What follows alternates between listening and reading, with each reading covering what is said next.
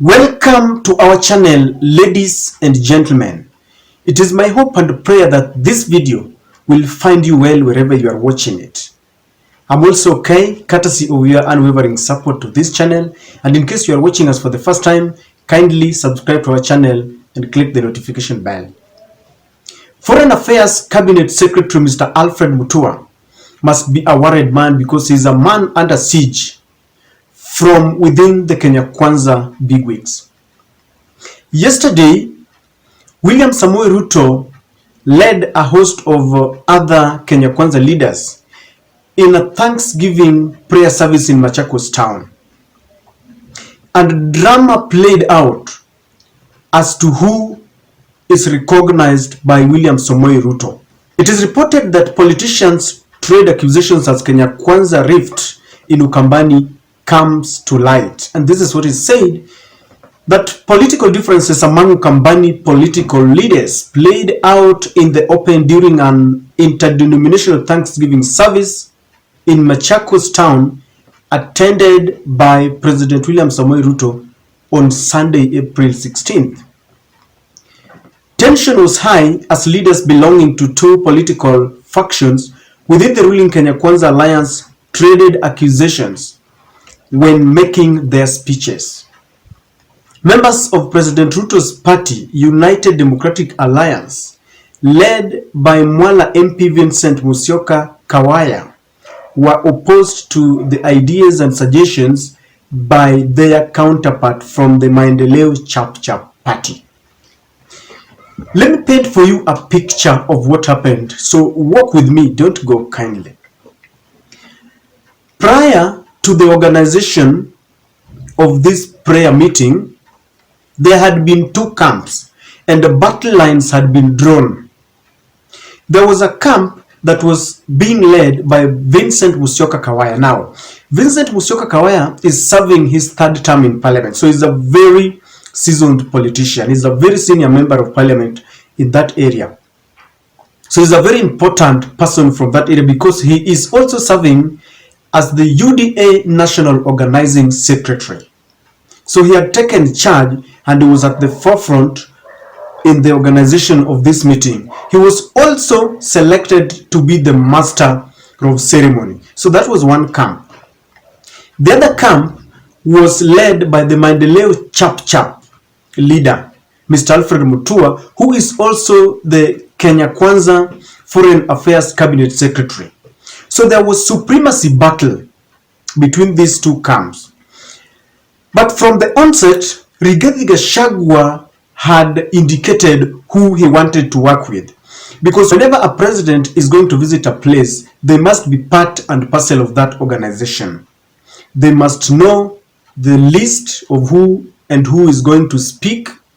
They must know the program and they dictate what is going to happen. So it is reported that Rigathi Gachagua met the Kawaya section during the during the planning of this meeting. He had sidelined the Mutua group, indicating fully who he wanted to work with. So this is what happened. Among the list of those who are going to speak, Alfred Mutua, a very prominent member. He is the immediate former governor of Machakos County, and remember this meeting was being held in Machakos town within Machakos County. He is also the Foreign Affairs Minister, and so according to him, he is the senior most person in that region.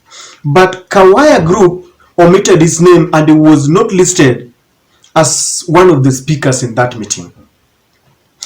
And Gachagua knew this because he was in this part and parcel of planning of this meeting. So he knew, he had been told, he had been shown, this one will talk, this leader will not talk. So he must have been in agreement of the omission of Mutua's name. So when Kawaya, who was the master of ceremony, was introducing members of the UDA from Ukambani, they were met with a lot of cheers. But when he mentioned the members who belong to the Maendeleo Chap, there was muted reception. There was some lukewarm reception. seems like they had choreographed this thing in the presence of Rigathi Gachagua and William Samoei Ruto.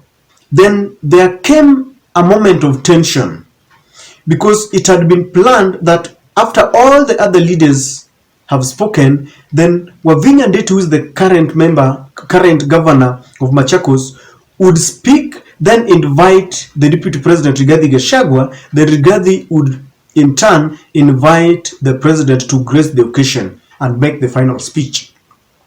But Wavinya Ndeti, in her wisdom, realized that there was something wrong. And there was tense moment because she insisted that it is very courteous to allow the immediate former governor of Machakos to speak. And so she broke protocol and introduced her deputy governor, Mr. Francis Mwangangi, who spoke, and she introduced the former Nairobi governor, Mike Sonko, who is also a very senior leader from Ukambani, and Mike Sonko spoke, addressed the congregation, and then she invited Mutua.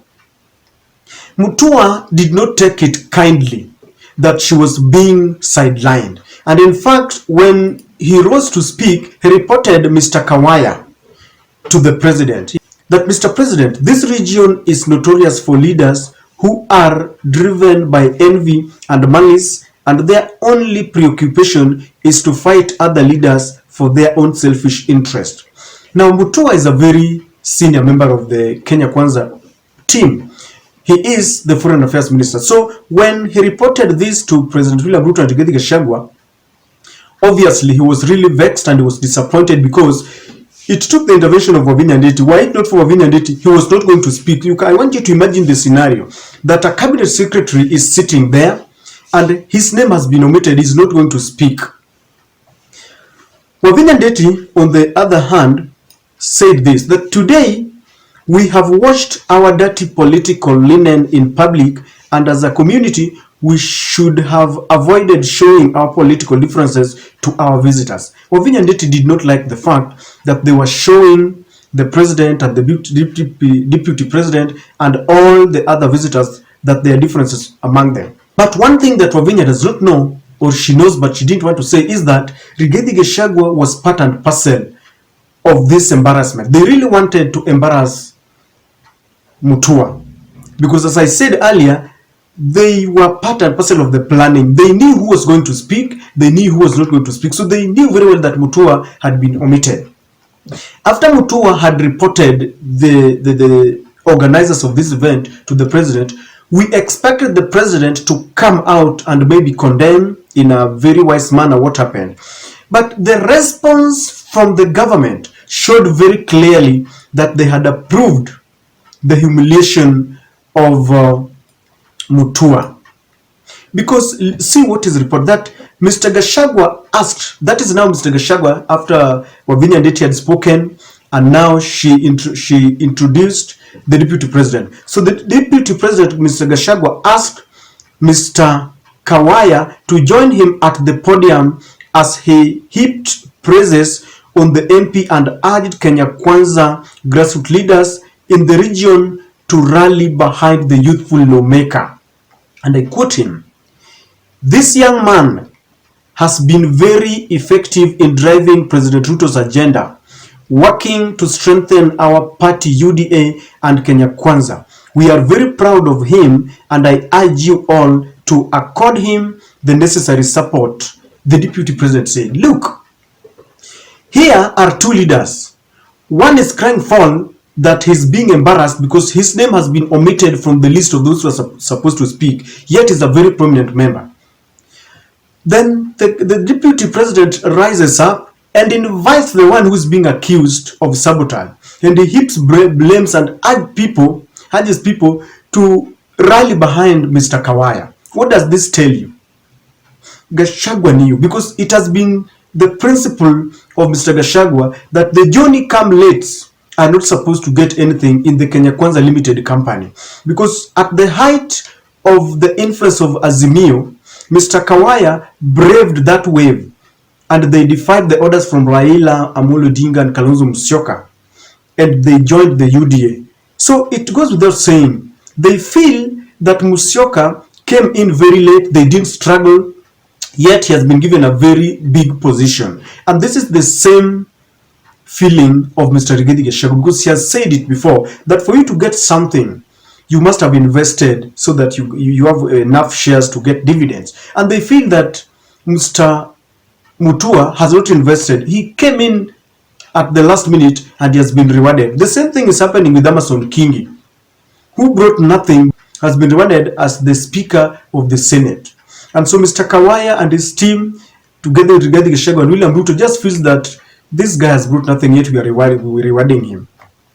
Mr. Kawaya also took that opportunity to request the president for a meeting in State House. He will lead a delegation of other leaders, especially those who contested under the UDA party in Ukambani and failed to capture any seat. He requested the president to consider them in state appointments. And so the president gave him the green light, and they have planned for a meeting next week where he will lead a host of these leaders who were voted out under the UD umbrella, and they are going to have a meeting to plan on how they can be given several appointments. So this tells you very clearly, the president and the deputy president praised him and said that they are ready to work with him, and they said that this is their point man in Kambani. They want to work with him. So in front of Alfred Mutua, this happened, and he must thank Wavinya and Ndeti for coming to his rescue, because this is very bad. You know, William Samoei Ruto has done this before. When Moses Wetangula helped him to capture power, Wetangula did whatever he did, and there was massive election rigging in Bungoma County. And it is because of Wetangula that William Ruto was announced as the president. Because the IEBC announced that William Ruto was ahead of Raila Amolo Odinga with only 200,000 votes. And it is the same votes that he got from Bungoma. So when Moses Wetangula relinquished his seat as a senator and became the National Assembly Speaker, William Ruto sponsored a candidate to run against Moses Wetangula's candidate in the Bungoma senatorial race. And this tells you what William Ruto is made of. The software is that William Ruto wants to embarrass people, because had he won, had his candidate win the Bungoma senatorial race, would have really embarrassed Moses Wetangula, because he was out to show people that Wetangula is not popular in that region. He has also asked the leaders of several parties like Ford Kenya, Amani National Congress, Maendeleo Chap to fold their party and join the UDA, something they have really opposed. This is a wake-up call to Alfred Mutua. He ditched the Azimio team at the last minute, I think, because of their differences between him and Kalonzo Musyoka, because I understand they don't see eye to eye with Kalonzo. He wants to entrench himself as one of the Kambani kingpins, something that is not a walk in the park, because Kalonzo has pronounced himself as the ultimate kingpin in Ukambani. So, ladies and gentlemen, what do you think about what Mutua is going through? Share with me in the comment section.